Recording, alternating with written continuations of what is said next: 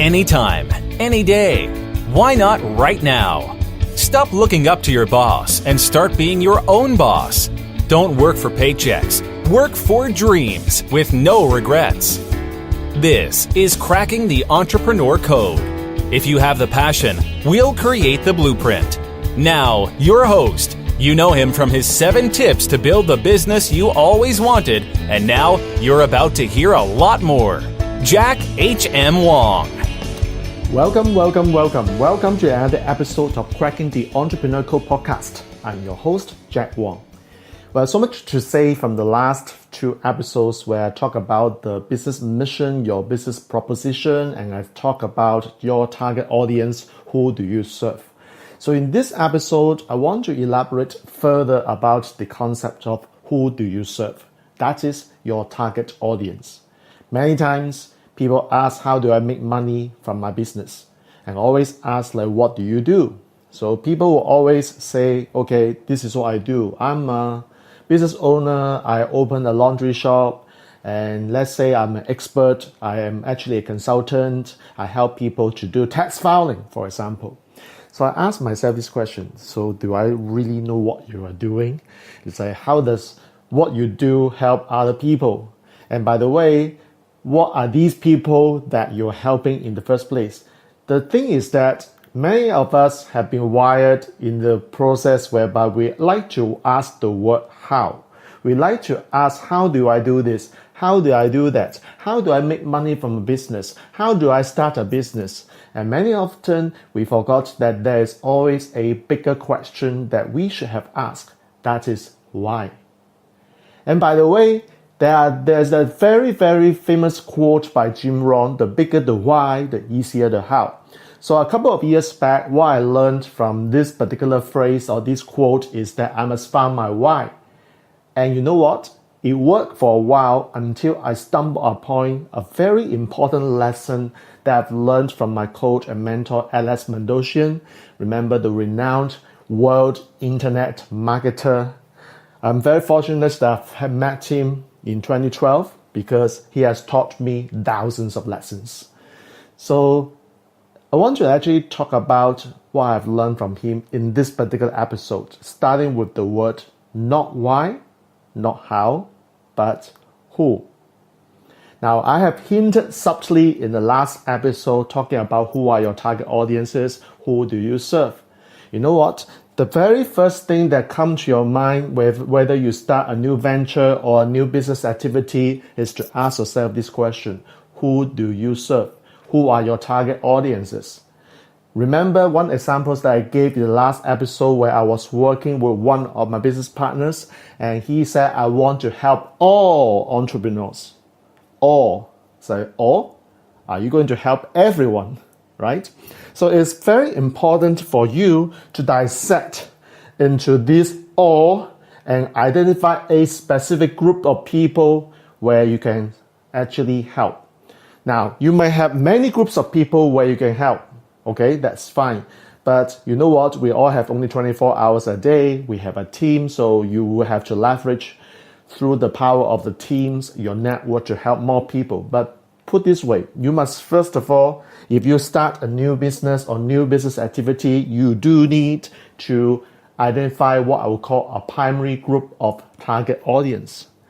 When your business is scaled up such that this group of audiences have been taken care of on autopilot mode, yes, you can expand and venture out to another new business activity. So that could be your second target group of audiences.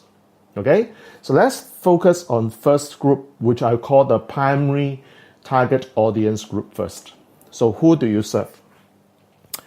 So remember in the last episode, I talked about demographics. What's demographics? Demographics is basically the study of these people in terms of the age, in terms of the race, in terms of the gender, in terms of where are they from, I mean the geographical location if you are having a multinational business, okay? And so I'll just give you an example here. I mean, it's always good to use my own example. Now, I help a lot of people to look into the ways in which they can start business by getting out of the rat race. So when I say I help people, so who specifically I'm helping? Because I can have only a handful amount of hours to help certain groups of people. So number one, my target group of audience, which I've discovered over the last few years, especially when I do my Facebook launch on marketing campaign, it's very interesting to see that I do attract a few groups of people, particularly male. Some reasons I do not attract much on female. So don't feel bad if you're listening and if you are a lady, that's fine. You are still my target audience, but may not be my first group of target audience because I do attract male more than female. I mean, the profiles, the statistics from Facebook never lies. I truly believe that. I also serve a group of people around the age of 21 to 34. Oh my God, millennials, or slightly above that is around the millennials age. That's interesting because, again, male between 21 and 34. Okay? So where are they coming from? Well, the statistics shows that most of them actually come from not Singapore, not Malaysia. That's very interesting because I'm from Singapore and yet I don't attract people from my country. So where are these people from? Around the Southeast Asian region. Some of them are as far back to countries like US, okay, a bit further away, and a few parts of Europe. But I don't have a lot of like European audiences. But most are actually Southeast Asia, not Singapore, not Malaysia, and a couple of them are from United States of America. Okay, so you see that I do know my target audiences. Why, you may ask?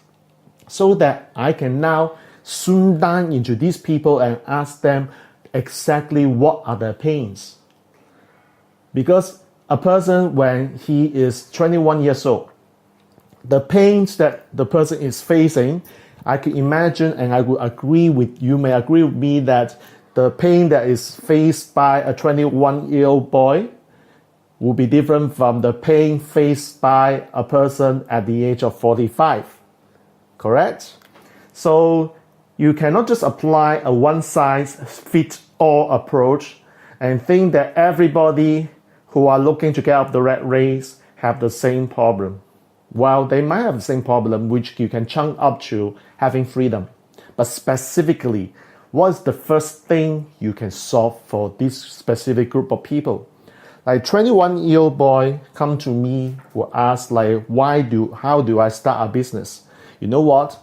Remember I said before I even give a sense of my advice on how do you start a business, I got to ask the questions.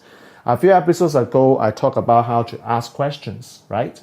So I will specifically ask, like, instead of going to school, continue your education at university, what drives you to start a business? Do you see the way I ask these questions? And do you have any objections from your family, from your parents? Because at the end of the day, I bet that the education is funded by the parents. So do they have any objection? Because that part, you have to handle it. If you decide that, Mom, I'm not going to further my study, I want to really start a business. Like traditional parents might say, no way, you have to finish your university education, find a job, get promotion, etc., etc. So you know what? So the questions that I'm asking to a person at the age of 21 is a very different question that I will ask if the person is at 30 years old. Well, 30 years old is still my target audience, isn't it? I've said that before. My target group of audiences is between 21 and 34. So at the age of 30, what kind of problems would the person be facing, you may ask? Well, I suspect that this group of people will have already finished their tertiary education if they follow the school pattern. They will have come out to the society or to join any organization as employees, and they might have already worked a couple of years. So they do have the corporate experience. And the reason why some of these people are struggling is because of the life-work balance. I should say work-life balance.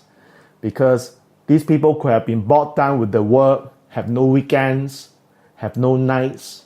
They have to bring their work home to do, etc. And they found that it's very, they find that they do not have the time for themselves. They do not have time to do some things they're passionate about. So at that point, these people have that moment of thought and said to themselves, well, maybe I should get out of the corporate world. So you see the problem that is faced by a 21-year-old boy and the one that is already 30 years old could be different. So you've got to know your target audience very well. The other part of the equation is the psychographics. So demographics is important, psychographics is equally important because you want to attract people whose buying behavior resonates with what your offer is going to be. Let's say I'm going to offer a mentorship or a consulting. You know what? I'm not going to attract people who cannot pay my bill. So let's say in terms of psychographics, if the income level is somewhere which is quite low, they can't afford the offers that I'm going to make. These are not my target audiences, regardless of what they have in terms of the demographics. So you've got to know who your clients are. You've got to know who your prospects are by understanding the psychographics and the demographics. So this is pretty important. So I wish that I could have spent more time dealing with the psychographics. I understand that time's up. It's about 10, 11 minutes. So I'm going to stop it for the time being, learning that at the end of the day, who do you serve is always the question you've got to ask first. I hope you enjoyed this episode. And if you have any questions, comments, let me know. And of course, if you have friends, colleagues, and peers whom you think or feel that they'll benefit from this sharing, let them know and get them subscribed and be notified on future episodes. And once again, thank you for listening to this episode of Cracking the Entrepreneur Code. My final message, be relentless and know who you serve. Jack Wong here. See you soon. See you in the next episode of Cracking the Entrepreneur Code. Bye. To continue cracking the entrepreneur code, subscribe for more episodes and download the Amazon bestseller, Cracking the Entrepreneur Code, 7 Tips to Build the Business You Always Wanted at crackingentrepreneur.com. Learn more about author and host Jack H.M. Wong and book your 30-minute discovery session to overcome any professional challenge at jackhmwong.com/apply.